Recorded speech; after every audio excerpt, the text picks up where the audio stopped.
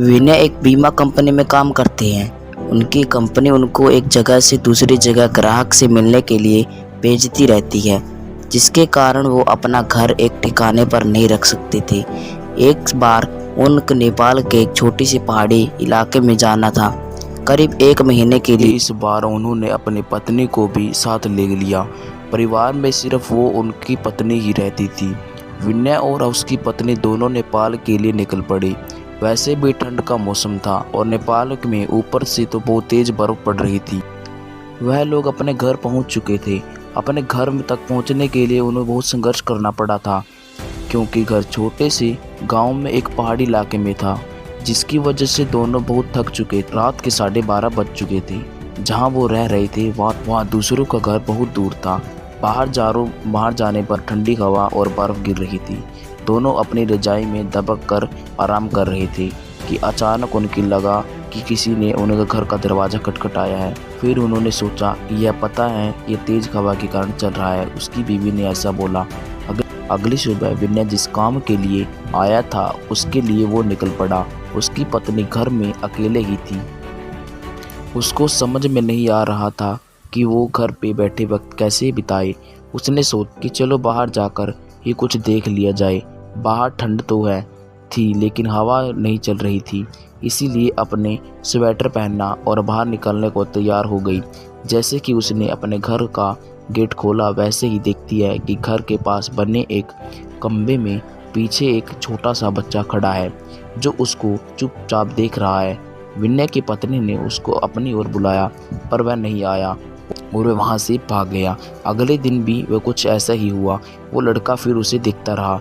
इस बार उसकी पत्नी ने उस बच्चे को पकड़ लिया, पूछा कि तुम यहाँ क्या कर रहे थे।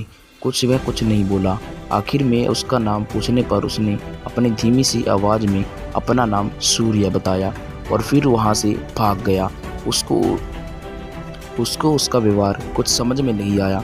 यह सिलसिला ऐसे ही चलता गया और बच्चा रोज उसको खंबे के पीछे से निहारता रहता। उस दिन रविवार की रात थी। दोनों अंगीठी के सामने बैठे हुए थे, आग सेक रहे थे, क्योंकि बाहर की हालत बहुत ही खराब थी। इतनी खराब थी कि कोई थोड़ी देर के लिए बाहर निकल जाए तो उसकी जान चली जाए। अचानक दरवाजे किसी ने खटखटाया। उन दोनों को फिर से लगा कि शायद हवा की वजह से ऐसा हो रहा है। तभी फिर से किसी ने दरवाज़ा खटखटाया। इस बार खटखटाने की आवाज़ साफ आ रही थी। ये आवाज़ सुनकर दोनों डर गए, क्योंकि इतनी रात को वो भी जान लेने वाली ठंडी में आखिर कौन है सकता है। दोनों केवल एक दूसरे का मुंह देख रहे थे। अचानक दरवाजे के बाहर से धीरे धीरे रोने की आवाज़ आने लगी।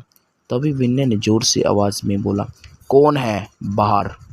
कुछ देर तक आवाज़ तो नहीं आई, पर बाद में एक धीमी सी आवाज़ आई, दरवाज़ा खोलो, कृपया करके दरवाज़ा खोलो, बहुत ठंड है। ये आवाज़ किसी छोटे से बच्चे की थी। तभी विनय की पत्नी को ये आवाज़ जानी पहचानी लगी। उसने कहा कि ये तो वही बच्चा है की आवाज़ लगती है जो रोज़ घर के बाहर खड़ा रहता था। विनय की पत्नी ने कहा कि तुम्हें उसे अंदर लाना चाहिए। वो भागते हुए दरवाजे के पास जा रहा था कि तभी वहाँ अचानक घर के फ़ोन की घंटी बाजी और फ़ोन का एक पड़ोस में रहने वाली औरत का था, जिससे आज की विनय की पत्नी ने फ़ोन उठाया। वहाँ से उस औरत की आवाज़ आई, हेलो जी, मैं आपको भूल गई थी कि अगर आपके घर से बाहर के कोई दरवाज़ा खटखटाए तो उसको मत खोलना। विनय की पत्नी ने कहा कि अभी मेरे घर से जो बाहर के का बच्चे की आवाज़ आ रही थी, जो दरवाज़ा खोलने को कह रहा था। तभी उस औरत ने कहा कि नहीं, आप बिल्कुल मत खोलना। वो असल में एक आत्मा है। यहाँ जब जब तेज़ आंधी और ठंड पड़ती है, वह तब तब घर के दरवाजे खोलने को कहता है। वह ठंड का बहाना बनाता है और दरवाज़ा खोलने की कोशिश करता है। अगर कोई गलती से भी दरवाज़ा खोल देता है तो वो अगले दिन बर्फ़ में दबा हुआ मिलता है। ये सुनते ही जैसे उनके पैरों से ज़मीन की खिसक गई हो।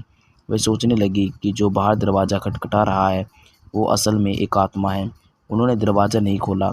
अगले दिन वो दोनों भागकर पड़ोसी के पास गए और पूरे मामले के बारे में पूछा।